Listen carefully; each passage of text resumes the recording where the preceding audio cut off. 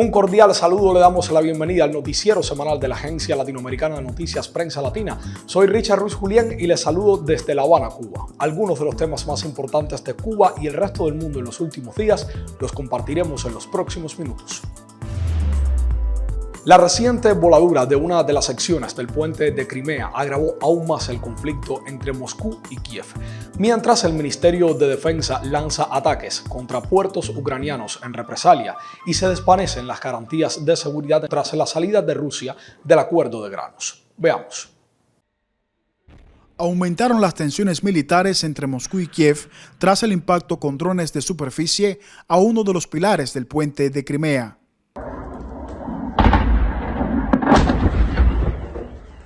Una familia resultó víctima del acto terrorista. Angelina, una niña de 14 años, fue hospitalizada, mientras que sus padres fallecieron en el lugar. El incidente pasó con la ayuda de 2 drones de superficie, probablemente de producción extranjera, porque la industria militar de Ucrania no tiene esos aparatos. Se pudo notar cómo durante el golpe al puente en el cielo del Mar Negro se encontraba un aparato de inteligencia de los Estados Unidos. Este crimen no tiene sentido desde el punto de vista militar, no tiene sentido, ya que el puente de Crimea no se ha utilizado para el transporte militar durante mucho tiempo, y es cruel, ya que civiles inocentes resultaron heridos y asesinados. Por supuesto, habrá una respuesta de Rusia. El Ministerio de Defensa está preparando las propuestas pertinentes. Como respuesta, las Fuerzas Armadas de Rusia lanzaron varios ataques con armas de alta precisión a los objetivos militares en el puerto de la ciudad de Odesa y a talleres de producción y almacenes de lanchas no tripuladas en Nikolaev. Las Fuerzas Armadas de la Federación Rusa continuaron lanzando ataques de represalia con armas de alta precisión basadas en el mar y el aire contra talleres de producción y sitios de almacenamiento de embarcaciones no tripuladas en las áreas de la ciudad de Odesa e Ilichevsk, región también de Odesa. Días antes del suceso, el presidente ruso Vladimir Putin refirió en los medios la posibilidad de abandonar el acuerdo de granos. Como una de las opciones, no primero la extensión y luego el cumplimiento de las promesas, sino primero el cumplimiento de las promesas y luego nuestra participación. ¿Qué quiero decir? Podemos suspender nuestra participación en este acuerdo y si todos dicen una vez más que se cumplirán todas las promesas que nos hicieron, que cumplan esa promesa e inmediatamente nos uniremos a este acuerdo de nuevo. Rusia anunció la suspensión de la participación en el acuerdo de granos hasta el cumplimiento de las promesas. Asimismo, se levantaron las garantías de seguridad en el Mar Negro para el tránsito de los barcos bajo sospecha de trasiego de armas a Ucrania o coordinación de actos terroristas contra la península de Crimea. Desde Moscú, Rusia, Hansel Oro, Prensa Latina Televisión. El reinicio del diálogo sobre el clima entre China y Estados Unidos, el desempeño de la economía en el primer semestre de 2023 y los llamados de Beijing a proteger a los civiles en el conflicto entre Rusia y Ucrania marcaron el panorama informativo del gigante asiático esta semana. Esta semana, China y Estados Unidos reiniciaron sus diálogos sobre enfrentamiento al cambio climático con motivo de la visita a Beijing del enviado especial de Washington para el clima, John Kerry.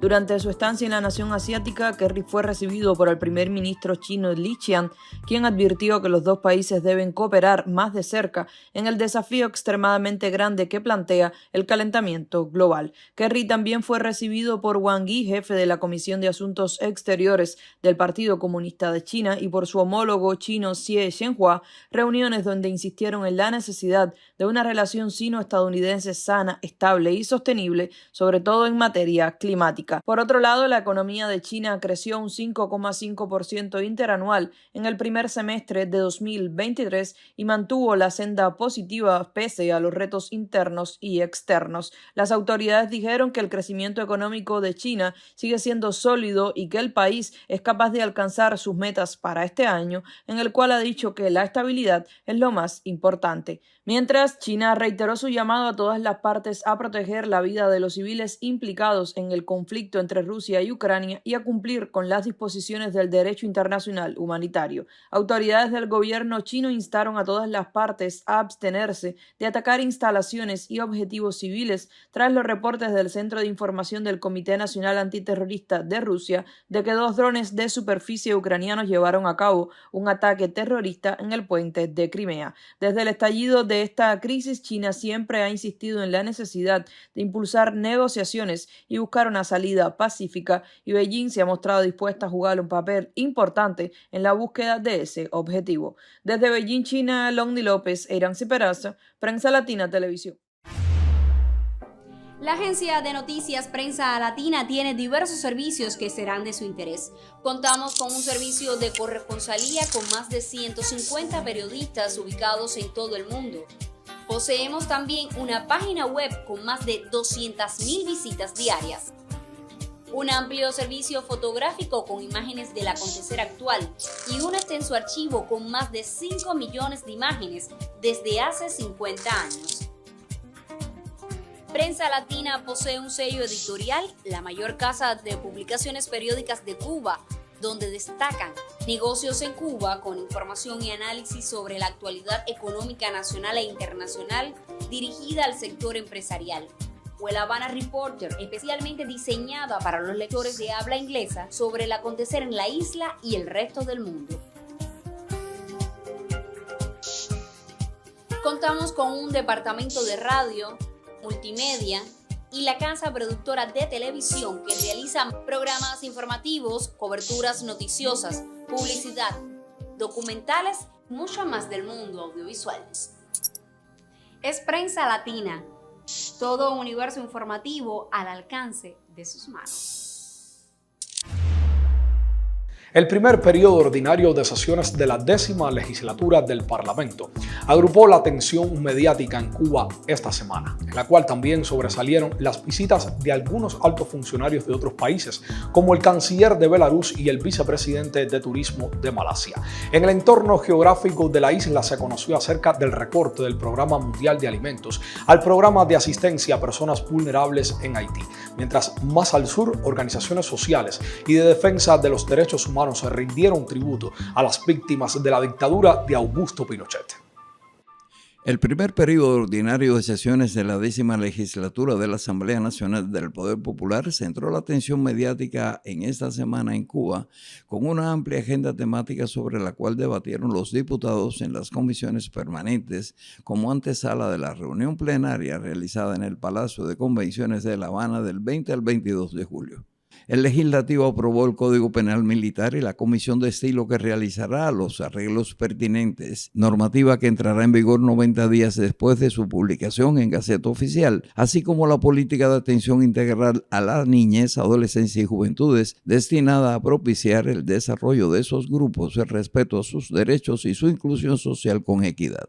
Los diputados reflexionaron además sobre la implementación de la Ley de Soberanía Alimentaria y Seguridad Alimentaria y Nutricional, la efectividad de las medidas adoptadas para el control de precios y la situación actual y perspectivas del sistema energético del país. Recibieron también una actualización sobre los lineamientos de la política exterior del Estado y evaluaron el proyecto de acuerdo que regula el vínculo con los electores del territorio donde fueron elegidos, punto que quedó pendiente de la jornada anterior, asunto esencial para poder analizar temas de interés ciudadano.